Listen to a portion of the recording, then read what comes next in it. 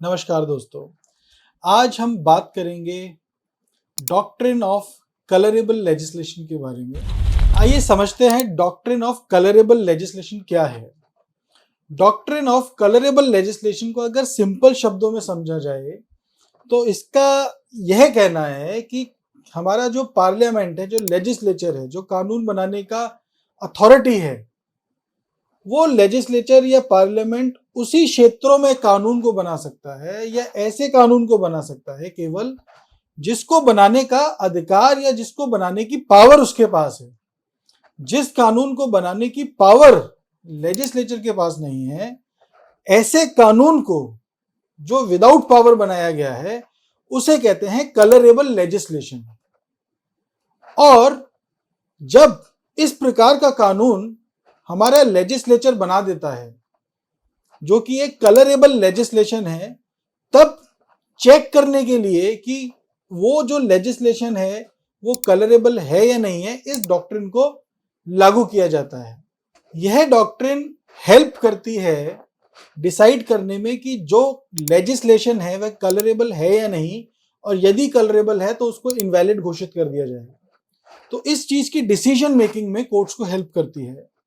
Doctrine of colourable legislation हमारे भारतीय संविधान के आर्टिकल 246 में झलक पाती है, जहां पर कॉन्स्टिट्यूशन में खुद ही बताया हुआ है कि स्टेट लेजिस्लेचर और जो हमारी पार्लियामेंट है, यूनियन ऑफ इंडिया है, भारतीय सरकार है, उनके अलग अलग क्षेत्रों में कानून बनाने की पावर्स है।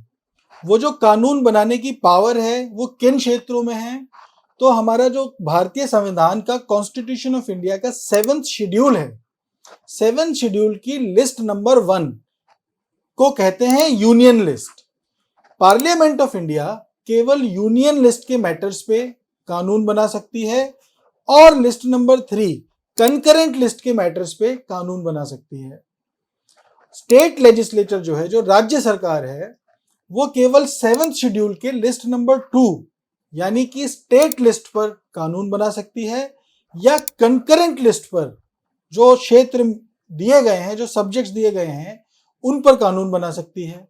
यदि भारत सरकार और राज्य सरकार दोनों ही कंकरेंट लिस्ट के सेम सब्जेक्ट मैटर यानी कि सेम क्षेत्र में जो कंकरेंट लिस्ट में मेंशन्ड है उस पर दोनों ही कानून बना देते हैं, तो उसको डील करने के लिए डॉक्ट्रिन ऑफ रिपग्नेंसी को लागू किया जाता है, जो कि आर्टिकल 254 यानी कि article 254 of the constitution of India में मौजूद है। यदि राज्य सरकार या भारत सरकार एक दूसरे के क्षेत्रों में कानून को बना देते हैं जो उनकी पावर के ही बाहर है, तो वह कानून जीरो होगा, इनवैलिड होगा, वॉइड होगा। तो कलरेबल लेजिस्लेशन को अप्लाई करने के लिए केवल यह देखना है कि एक लेजिस्लेचर ने यानी कि एक सरकार ने क्या दूसरी सरकार के क्षेत्र में कानून को बनाया है या नहीं है। यदि कोई कॉन्स्टिट्यूशनल लिमिट नहीं है यानी कि संवैधानिक लिमिट नहीं है, तो ये डॉक्ट्रिन एप्लीकेबल नहीं होगी। टेस्ट यह है कि क्या दूसरे के क्षेत्र में कानून को बनाया गया या नहीं बनाया गया। आर.एस. जोशी के केस में सुप्रीम कोर्ट ने कहा कि कलरेबल लेजिस्लेशन को डिसाइड करने के लिए मोटिव इंपॉर्टेंट नहीं है। मोटिव सही भी हो सकता है, गलत भी हो सकता है। इररिस्पेक्टिव ऑफ मोटिव यह देखा जाएगा कि एक लेजिस्लेशन यानी कि एक कानून कलरेबल लेजिस्लेशन है या नहीं। यदि कलरेबल लेजिस्लेशन है तो वह इनवैलिड होगा।